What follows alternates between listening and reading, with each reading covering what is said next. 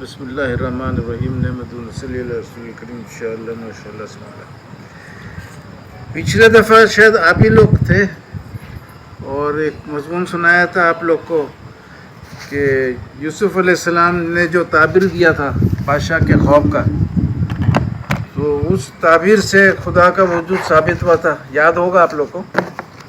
اس کا یہ مضمون لائے ہیں تو یہ سب کو ایک ایک دے دینا. اور آج کا موضوع یہ ہے کہ سب کو بچپن سے پتہ ہوتا ہے کہ فرعون جو ہے وہ موسیٰ علیہ السلام کا زمانے کا فرعون جو بچوں کو قتل وتل بھی کرتا تھا، پھر وہ مر گیا تھا، پھر اس کا بیٹا یہ بن گیا تھا بادشاہ. اچھا، موسیٰ علیہ السلام نے کسی کو قتل کر کے ادھر سے ہجرت کر گئے تھے کہ وہ فرعون ان کو پھر قتل کرنے مانگ رہا تھا، تو ہجرت کر کے مدیان چلے گئے جہاں شعیب علیہ السلام کی بیٹی سے شادی بھی ہوا، اور پھر کافی عرصے ادھر میں خدمت کی اپنے سسرال کا، اور پھر اس کے بعد واپس مصر میں آ گئے.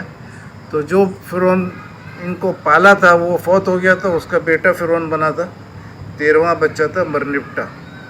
تو جادوگروں سے ساتھ میں مقابلہ جو ہوا تھا وہ بیٹے کے ساتھ ہوا تھا، اور پھر جادوگر ہار گئے تھے، موسیٰ علیہ السلام جیت گئے تھے. پھر اس کے بعد بھی فرعون ذرا ہڈی ارمی دکھا رہا تھا، تو اللہ تعالیٰ نے بہت قسم کا عذاب وغیرہ بھیجا. پھر فائنلی یہ ہوا کہ وہ فرعون اجازت دیا کہ تم بنی اسرائیل کے ساتھ چلے جاؤ. اچھا، جب وہ چلے گئے تو بعد میں فرعون کا پھر نیت خراب ہو گیا کہ پھر پکڑ کے لے آؤ، تو پھر پیچھا کرنے گیا. اور جب پیچھا کرنے گیا تو موسیٰ علیہ السلام جب سمندر کے پاس پہنچے، وہ 2 حصے میں ڈیوائیڈ ہو گیا. موسیٰ علیہ السلام اس پار چلے گئے بنی اسرائیل کے ساتھ، فرعون ادھر سے پیچھے سے آیا، اور جب وہ پورے لشکر کے ساتھ سمندر کے بیچ میں آ گیا تو پھر دونوں پانی کا جو دیوار تھا وہ ٹوٹ گیا اور یہ سارے غرق ہو گئے. اور اللہ تعالیٰ نے بولا کہ تمہارے لاش کو اب محفوظ کریں گے آنے والے نسلوں کے لیے نشانی بنا کر. تو اب فرعون کو ڈوب کے 2000 سال ہو گیا تھا، اور اللہ تعالیٰ نے کسی کو پتہ نہیں تھا کہ فرعون کا لاش محفوظ ہے. قرآن میں اچانک اناؤنس کیا اور پھر فوراً نہیں بتایا. 1300 سال بعد مصر میں دریافت ہوا. اچھا، یہ پوائنٹ پتہ تو چل گیا کہ بہت بڑا صداقت ہے قرآن کا. اور اس کا لاش جو لوگ دریافت کیا تو وہ بڑے خوش ہوئے کہ اتنا پرانا لاش دریافت کیا. لیکن پھر جب پتہ چلا کہ اس کا تو قرآن میں ذکر ہے محفوظ رکھنے کا، تو جتنا خوشی ہوا تھا اتنا غم کا ابتدا ہو گیا. لیکن ان سب باتوں کے باوجود میرے کو اللہ تعالیٰ نے ایک بہت خوبصورت پوائنٹ سے نوازا تھا. وہ یہ ہے کہ فرعون جب ڈوبا تھا اور اس کا لاش محفوظ کیا گیا، اس کے 400 سال پہلے یوسف علیہ السلام 110 سال کی عمر میں فوت ہو رہے تھے، اور انہوں نے اپنے بھائیوں کو وصیت کیا کہ میرے کو دفن مت کرو، بلکہ وعدہ لیا اللہ کے نام لے کے، پرومس بائی گاڈ بولے کہ خدا کا قسم کھا کے بولو کہ جب تم کو اللہ تعالیٰ مصر سے نجات دے گا، کیونکہ وہ غلامی آ گئے تھا نا، تو اناج نہیں آتا تو اناج دیتے تھے، غلام بناتے تھے ایسا کر کے. تو وہ جب تم کو پھر نجات ملے گا تو پھر میرے جسم کو بھی ساتھ میں لے جانا. تو موسیٰ علیہ السلام جب فرعون سے وہ ہجرت کر کے گئے اور سمندر 2 حصے میں ڈیوائیڈ ہوا، تو اس وقت موسیٰ علیہ السلام کے ساتھ یوسف علیہ السلام کا 400 سال پرانا لاش بھی ساتھ میں گیا.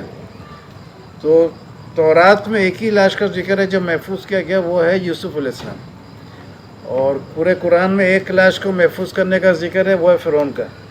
دونوں میں 400 سال کا فرق ہے، لیکن ایک ہی دن اور ایک ہی وقت ایک معجزہ جب ہو رہا تھا، سمندر دو حصے میں ڈیوائڈ ہو رہا تھا، اسی دن 400 سال کا فرق ہے دونوں، لیکن اسی دن تورات کا بتایا ہوا لاش یوسف علیہ السلام کا وہاں سے گزرا، اور فرعون کا لاش جو قرآن میں ذکر ہے وہ ادھر ہی سے ابتدا ہوا اور اس کو محفوظ کیا گیا۔ تو تورات اور قرآن کا یہ دونوں میں ایک ہی لاشوں کا ایک لاش کا ذکر ہے دونوں کتابوں میں، اور دونوں اسی وقت موجود تھے ایک ہی جگہ۔ اس سے پتہ چلا کہ تورات اور قرآن جو ہے یہ دونوں ایک اللہ کا بھیجا ہوا کلام ہے، اور دونوں کتاب کا اہمیت ہے۔ البتہ قرآن آخری میں آیا اور اس میں کوئی تبدیلی نہیں ہے، تورات میں کچھ تبدیلی ہے، لیکن تبدیلی کے ساتھ یہ نہیں ہے کہ اس کو پورا چھوڑو، بلکہ قرآن میں ترغیب ہے کہ تورات کو اور انجیل کو اور قرآن وغیرہ کو اگر ان سب کے اوپر تمہارا ایمان قائم نہیں ہے تو تم صحیح ثابت نہیں ہو رہے ہو۔ اب اس سے پتہ چلا اتنا بڑا معجزہ ہے کہ اگر یہ تورات کو بھی آپ ساتھ میں نہیں رکھو گے تو اس معجزہ کا جو پورا خوبصورتی وہ آپ کے سامنے نہیں آئے گا، بلکہ پورا دونوں کتاب ساتھ ہوگا۔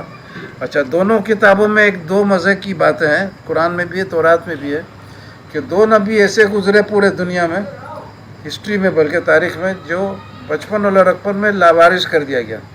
ایک تھے یوسف علیہ السلام جن کو کنواں میں ڈالا گیا، ادھر سے محل پہنچ گئے، اور دوسرے تھے موسیٰ علیہ السلام 400 سال بعد جو دریا نیل میں چھوڑا گیا ان کو، وہ بھی محل تک پہنچ گئے وہیں سے۔ پہلے صرف اتنا علم میں تھا کہ بھائی وہ سوتیلو بھائی لوگ حسد سے کنویں میں ڈال دیا اور فرعون کے ڈر سے دریا میں ڈالے، لیکن اب پتہ چلتا ہے کہ اللہ کا منصوبہ اور بھی تھا اس میں، وہ بھی صحیح بات تھا پہلے کا اور ابھی بھی صحیح ہے۔ وہ یہ ہے کہ جس کو کنواں میں ڈالا تھا اس کو تابوت میں ڈالا، اور جو 400 سال بعد جس کو دریا میں ڈالا تھا وہ اس کنواں والے کو کاندھا دے کے لے گیا دریا کے سمندر کے اس پار۔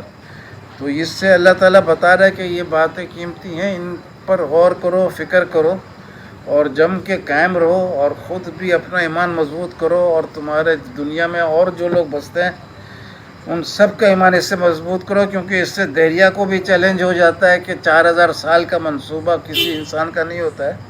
4000 سال کا اگر ہوا ہے تو اس میں اللہ کا شرکت ہے، اور اللہ کا شرکت ہے تو دہریہ کا موت ہے۔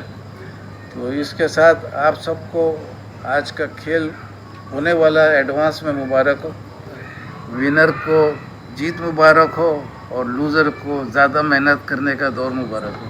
اللہ حافظ۔